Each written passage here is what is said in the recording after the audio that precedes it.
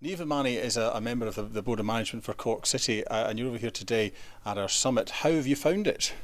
I've actually found it really great, honestly and truly. The presentations and the speeches and the discussions have been really informative, and to a degree that I haven't really seen in events recently. Just getting, lots of honesty, straight down to points, lots of helpful advice, good case studies, and I think that's the really good thing coming to an event like this, is to walk away and go back to your football club or your group with ideas of what you'd like to do next. Now, you're at the Board of Management for Cork City. Tell me about that journey from straightforward fan to being on the board. I blame my dad. He grew up next to the ground, and in Turner's Cross, and his dad was into soccer. So myself and my younger brother, just mad Cork City fans. And when there was talk of a supporters trust, I love the idea that people can come together and change stuff anyway, and it seemed to make total sense.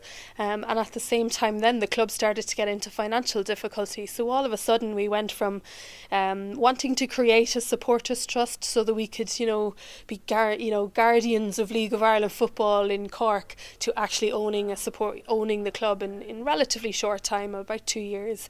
And essentially, what happened was two financial crisis that meant the trust applied for a licence to participate in the 2010 season, and when the holding company of Cork City FC folded, Cork City Forest Co-op, Cork City FC by another guys, took to the field in 2010. Fortunately, we were able to buy the liquidated assets, and we played as Cork City FC Football Club ever since. But it's been a strangely fantastic and yet challenging and tough couple of years. There's work to do year in, year out. The first year was getting to the end of the season and paying the bills. Now it's about developing the club, making those strides, and trying to compete with clubs that do have more resources than we do. So it's not all grand. I think most people think once it's a crisis everything will sort itself out, but it's work year in, year out, and remembering those governance, remembering that ethos, and just remembering you can make a real difference. Football can help us change an awful lot in our communities and improve an awful lot in our communities as well. After 2 years, listening to how you described how you started, how you are just now, you still seem incredibly excited about it. Do you think you started off more naively excited than you perhaps are today? I think that's a very fair point. And when I think that my excitement probably has a lot to do with the fact that I still see huge potential for development. We say we are the biggest club in the League of Ireland, and we are. We have the biggest crowds, we have the biggest support. We're absolutely passionate about what we do in Cork. We're a great supporting city. We have some fantastic players. So for us, it's just about endless improvement and that ambition to be absolutely the best at what we do.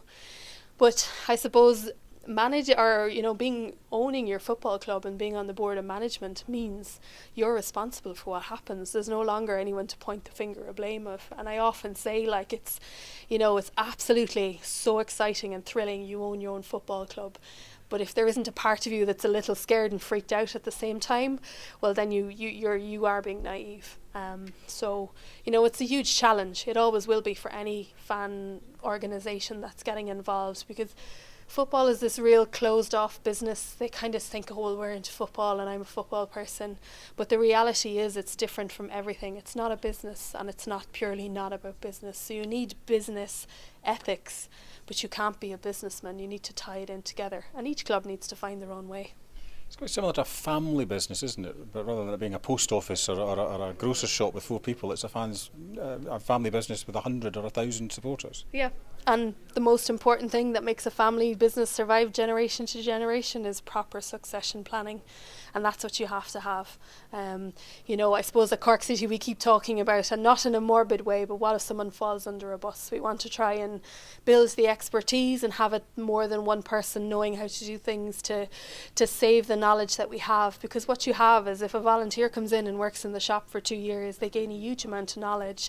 And then if they decide it's time for me to move on, to make sure we retain that knowledge and not start from scratch again. So when you're a fan-owned club, you have to make a huge effort planning, not knowledge, gathering, succession, and these are sort of things that if you own a club for 20, 30 years, you don't really have to think about year to year. But when your board changes every year, you have to think about it. And when your volunteers change every year, you have to think about it. I'm intrigued to know when you started thinking about the term succession planning, because when you go into a trust, it's probably the last thing in your mind is saving your club. How did you go from being just a standard fan to being a business owner, if you like? I think you don't think about it too much. You just see what you have to do. But I think the more that you talk to other fan-owned clubs, they're a little further down the road from you. It's great. It's great to hear that experience. And what they will start telling you is make sure now that you start gathering your information together, get your succession planning right. Because at the end of the day, I've been actively involved for 6 years now, and not in a negative way, but I do feel that it's time for me to take a step back for a little while. And perhaps the biggest indication of how well we have done is when there's a board of entirely new people that weren't there that first year, and that the club is still as strong as it is. That's when you know you have real success. Do you still enjoy watching football as much? Because I would imagine now, when you look at cup competitions and goals going in, you're as likely to say that's a fantastic result for my team as, thank God that's more money in the bank. I don't think you'll ever go back to watching football normally, or at least naively and in ignorance of the facts again. You're absolutely right. You see players getting booked and you're thinking that's his second yellow card now, that's a fine. And there was one instance a couple of years ago where we were in the semi-final of a competition, and the away goals counted, and they scored an added time to knock us out of the competition. And in your head you see all the people around you are disappointed that you've drawn a game and you're out, but in our heads we were like, money, because the prize money is the money you don't budget for. It's complete extra bonus income that you haven't planned, and I think there's lots of realities about football that people don't realise as well. There's lots of health and safety stuff you can't change. Flares, personally, think they're great, but you can't have them. They're too dangerous. So there's a lot. I think you're naive, and once you're on the board, you do see some realities, and it's a pity that we can't do more to do it differently. Let me finish with this question. Rather than one piece of advice to offer fans, what's the one thing that if fans do get to take over their club and do find themselves 2 years down the line, what's the one thing you should tell them to expect that they perhaps weren't expecting? That's a really good question, actually. It changes everything. It magnifies everything, and that's the best way. And the best way I'll explain is an example. I've seen Cork City win FAI Cup titles, and I've seen us win a fantastic league campaign with fantastic players, and we've had some amazing players play at Turner's Cross. And yet, if you ask most supporters today what their favourite memory was, it was when we got promoted from the First Division. And the reason was we won it in dramatic style. So we scored in the 4th minute of added time to go 2-1 up against the guys that were going to win the league, which meant we won the league and went up as champions. That's all lovely and it's great and we all went mad. But what was really special is when we went out on the pitch, we invaded the pitch and we were just hugging, and the emotion, the raw emotion, and you're like, do you know, if it wasn't my club, and if I hadn't done it, and my friends hadn't done it, and if we hadn't collectively made an effort to do it, you wouldn't have had that magnified sense of achievement. You would have, it was the players winning it rather than a huge sense of collective, the staff, the players, the supporters together. There was people crying and hugging and kissing, and it was just chaotic.